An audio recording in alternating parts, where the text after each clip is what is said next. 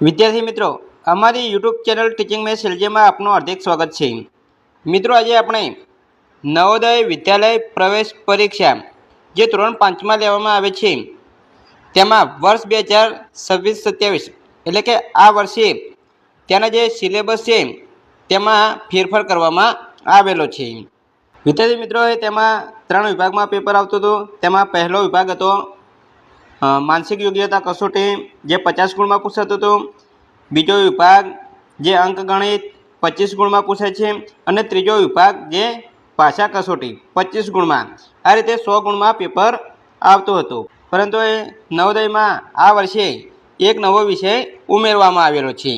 તો મિત્રો, તે વિષય કયો છે, નવા વિષયમાં કેટલા પ્રશ્નો આવશે અને તેનો ગુણભાર કેટલો રહેશે, તેની સંપૂર્ણ અને સચોટ માહિતી આપણે આ વિડીયોમાં જોઈશું। જો મિત્રો તમે પૂરેપૂરો વિડીયો જોશો તો તમને ખ્યાલ આવશે અને નવોદયની જે પેપર સ્ટાઇલ છે તેમાં કેટલા વિષય આવે છે અને કયા વિષયના કેટલા પ્રશ્નો પૂછાય છે, કેટલો ગુણભાર હોય છે, એ તમામ માહિતી તમને આ વિડીયોમાં મળશે। અને આ ઉપરાંત આપણે જે નવોદયને દરેકે દરેક વિભાગ છે તે વિભાગ વાઇઝ આપણે દરરોજ અહીં વિડીયો બનાવી અને મોકલીશું, એટલે તમે ઘેર બેઠા પણ સારી એવી તૈયારી કરી શકો। તો મિત્રો, આપણે આગળ જોઈશું તો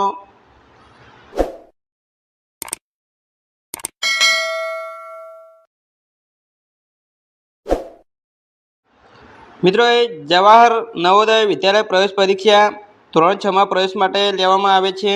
તેમાં નવો સિલેબસ અને તેની પરીક્ષા પદ્ધતિ જોઈશું। તો નવો સુધારેલો અભ્યાસક્રમ।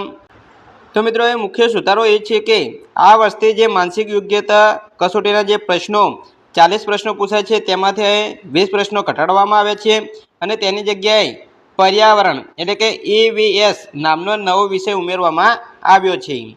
તો નવું પરીક્ષાનું માળખું આ પ્રમાણે છે। એક્ઝામ પેટર્ન આપણે જોઈશું। તેમાં માનસિક યોગ્યતા કસોટી વિભાગ 1 પ્રશ્નોની સંખ્યા 20 છે, તેના માટે 25 ગુણ આપવામાં આવે છે। પર્યાવરણ એટલે કે EVS જે નવો વિષય આ વર્ષે ઉમેરવામાં આવ્યો છે તેના 20 પ્રશ્નો પૂછાય છે, તેના માટે 25 ગુણ આપવામાં આવશે। અંકગણિતમાં કોઈ ફેરફાર કરવામાં આવ્યો નથી, જે 20 પ્રશ્નો છે તેમના તેમ છે અને તેના માટે 25 ગુણ આપવામાં આવે છે। ભાષા કસોટી તેમાં પણ કોઈ ફેરફાર કરવામાં આવ્યો નથી, તેના 20 પ્રશ્નો પૂછાય છે અને તેના માટે 25 ગુણ આપવામાં આવે છે।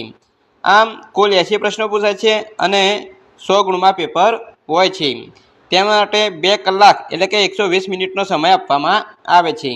તો મિત્રો, અત્યાર સુધી જે પણ નવોદયની પરીક્ષાઓ લેવાયેલ છે તેમાં માનસિક યોગ્યતા કસોટીના 40 પ્રશ્નો હતા, તેની જગ્યાએ 20 પ્રશ્નો પૂછાય છે અને જે નવો વિષય પર્યાવરણ જે ધોરણ 3થી 5માં NCERT મુજબ આવે છે તેમાંથી પ્રશ્નો પૂછાય છે અને તેના 20 પ્રશ્નો કરવામાં આવ્યા છે અને 25 ગુણ કરવામાં આવે છે। આમ માનસિક યોગ્યતા કસોટી હતા જે 40 પ્રશ્નો આવતા હતા તેમાંથી 50% એટલે કે 20 પ્રશ્નો કરવામાં આવ્યા છે અને 20 પ્રશ્નો નવો વિષય જે પર્યાવરણ આવેલો છે તેનો 20 પ્રશ્નો તેના કરવામાં આવ્યા છે। આમ જે પરીક્ષા પેટર્ન છે, નવું માળખું છે તે આપણે જોઈ લીધું છે। હવે આગળ આપણે જોઈશું તો માનસિક યોગ્યતા કસોટી જે પહેલો વિભાગ છે તેમાં કઈ કઈ જે પેટર્ન આવે છે, આકૃતિઓ આવે છે, જે પહેલાં 10 વિભાગમાં આવતી હતી હવે 5 વિભાગમાં આવશે। તો મિત્રો, 5 વિભાગ કયા કયા આવશે તે જોઈશું। આકૃતિ પૂર્ણ કરવી, સમાન આકૃતિ શોધો, દર્પણ પ્રતિબિંબ, કાગળની ગળી કાપવી અને ખોલવી, છુપાયેલી આકૃતિ શોધો। આ રીતે અહીં 5 દરેક આકૃતિઓ 4-4 ગુણમાં પૂછાય છે, એટલે કે 20 ગુણમાં માનસિક યોગ્યતા કસોટીના પ્રશ્નો પૂછાય છે। બીજો જે નવો વિષય આવ્યો છે પર્યાવરણ, તેમાં જોઈશું તો વનસ્પતિ, પ્રાણીઓ અને ખોરાક, પાણી, હવા, જમીન અને પ્રદૂષણ, માનવ શરીર, આરોગ્ય અને સ્વચ્છતા, કુદરતી સંપત્તિ અને સંરક્ષણ, ભારત અને સામાજિક પર્યાવરણ। તો જે નવો વિષય ઉમેરાયો છે તેમાં જે ટોપિક આવેલા છે તેમાં જે ધોરણ 3થી 5ની બુક આવે છે પર્યાવરણ આસપાસ તેમાંથી પૂછવામાં આવશે, એટલે ખાસ એ પ્રમાણે પણ આપણે તૈયારી કરાવીશું।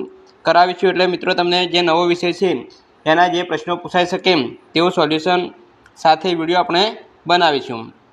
આગળ અહીં અંકગણિત, તો તેમાં સંખ્યા અને સંખ્યા પદ્ધતિ, 4 મૂળભૂત ક્રિયાઓ, ભાગુસભા, અવયવ, અવયવી, લસા અને ગુસા, અપૂર્ણાંક અને દશાંશ સંખ્યાઓ, ટકાવારી, નફો ખોટ, સાદું વ્યાજ, ક્ષેત્રફળ।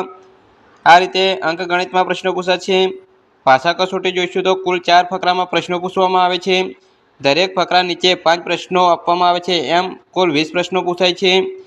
તેમાં સમાનાર્થી શબ્દો હોઈ શકે, વિરુદ્ધાર્થી શબ્દો, શબ્દસમૂહ માટે એક શબ્દ, રૂઢિપ્રયોગો અને વ્યાકરણ આધારિત પ્રશ્નો તથા ફકરામાંથી અહીં જે આપેલો છે તેમાંથી પ્રશ્નો પૂછાય છે.